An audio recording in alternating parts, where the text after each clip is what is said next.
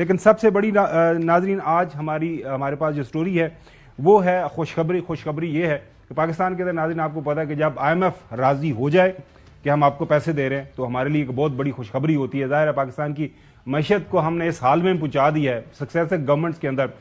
ने, और उसमें किसी एक गवर्नमेंट का किरदार नहीं, हम सब ने अपना अपना हिस्सा अंदर उसके अंदर डाला हुआ है। तो जाहिर है उसके बहालत मजबूरी हमें IMF के पास जाना पड़ता है, क्योंकि आपके पास इतने पैसे नहीं है कि आप अपना जो मुल्क का निज़ाम है उसको चला सकें, लिहाजा IMF से पैसे की जरूरत रहती है। वो स्टैंड बाय एग्रीमेंट जो था उसकी आखिरी किस्त 1.1 अरब डॉलर जो हमें मिलनी थी वो हमें मिल गई है, और उसका इनिशियल जो एग्रीमेंट हो गया है, फाइनल जो बोर्ड के सामने वो सारे का सारा एग्रीमेंट जाएगा और उसके बाद हमें वो पैसे मिल जाएंगे। जो मेरे सामने वो जो एलामिया है उसके जो चंद इख्तिसाबात मेरे सामने हैं वो बड़े इंटरेस्टिंग है, इसके ऊपर हम बात करेंगे। हमने एक तो शोएब निज़ामी साहब को हमने दावत दी है, हमारे कॉरेस्पॉन्डेंट है इकोनॉमी के, हमने फरहान बुखारी साहब को माहिर मैशत हैं, उनसे भी बात करेंगे सारे मामले के ऊपर। लेकिन वो चंद एक चीज़ें मैं आपके सामने रख देता हूँ कि नई मुंतखब हुकूमत बिजली के रेट बर वक्त एडजस्ट करेगी, ये IMF ने कहा है। नई मुंतखब हुकूमत की गैस रेट के फैसले बर वक्त करने की यकीन दहानी है, ये भी एलामिया के अंदर है। हुकूमत गरीब तबकात को बिजली और गैस के रेट बढ़ने में तहफ़्फ़ुज़ देगी, ये भी उनकी डिमांड है। हुकूमत की बिजली और गैस के बिलों की वसूलियाँ बेहतर करने की यकीन दहानी है, ये भी उनकी डिमांड है IMF की तरफ से। नई मुंतखब हुकूमत ने सर्कुलर डेट ना बढ़ने की यकीन दहानी भी कराई है। इसी तरह इसी एलामिया के अंदर यह भी बताया गया है कि एक और पैकेज जो है पाकिस्तान 4 है जो लॉन्ग टर्म, उस हवाले से भी बातचीत हुई है। अप्रैल के अंदर हमारे नए फाइनेंस मिनिस्टर DC जा रहे हैं, वाशिंगटन DC, वहाँ पे बात होगी। लेकिन उसके हवाले से भी चंद एक उन्होंने इसके ऊपर जो हमारे सामने बताया है IMF की तरफ से कि जनाब आला नए कर्ज प्रोग्राम के लिए निजी शोबे की शराकत दारी को बढ़ाना बहुत ज़रूरी होगा। नए कर्ज प्रोग्राम के लिए सरकारी इदारों की कारकर्दगी को बेहतर बनाना होगा, और नए कर्ज के लिए जनाब आला सरकारी इदारों के अंदर जो इस्लाहात करनी है उसके लिए भी ये हुकूमत को बड़ा काम करना होगा। शोएब निज़ामी साहब, पहले मैं आपके पास आता हूँ।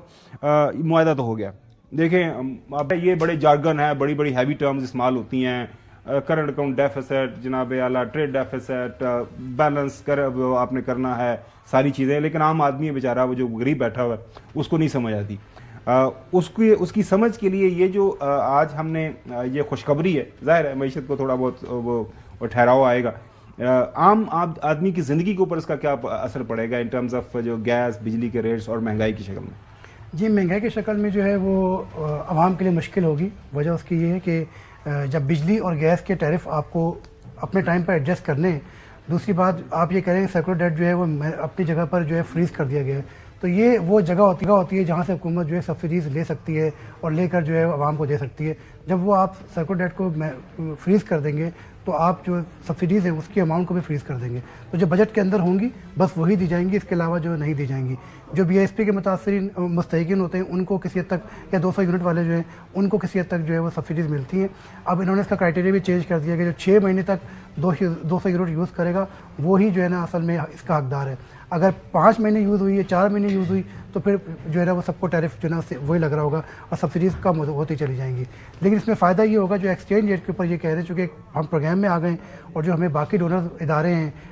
उनसे भी सपोर्ट मिलेगी, तो जो हमारा जो डॉलर का एक्सचेंज रेट है वो किसी हद तक मुस्तहकम रहेगा। इसलिए इस बात का इम्कान होगा कि पाकिस्तान में जो पेट्रोल बाहर से इम्पोर्ट हो रहा होगा, जो अशिया इम्पोर्ट हो रही होंगी, जो खाम माल इम्पोर्ट हो रहा होगा, उसकी जो किसी हद तक प्राइसिंग है वो फ़ायदा दे रही होगी आवाम को, सनत को, कि वो जो खाम माल है वो सस्ते होंगे, पेट्रोल सस्ता आ रहा होगा, तो किसी हद तक ये हमें फ़ायदा होगा। लेकिन जहाँ बिजली और गैस की बात करेंगे जिसके ऊपर मुसलसल तशवीश भी है, वो यही है कि जो कॉस्ट है वो इतनी महंगी हो चुकी है, उसकी वजह से जो है बिजली महंगी होने की वजह से सनतों को महंगी मिलती है, फिर जो शरह सूद है हमारा वो महंगाई के तनासब से होगा, तो इस बात का खदशा है कि वो भी तकरीबन 20-21% के आसपास रहेगा, तो भी महंगे कर्जे जो हैं वो सनतों को मिल रहे होंगे। तो एक ज़्यादा जो है इस बात का खदशा है कि महंगाई की शरह जो है वो बदस्तूर 20-22% के आसपास रहेगी। चलें शोएब साहब, आपसे मजीद भी हम सवाल करेंगे।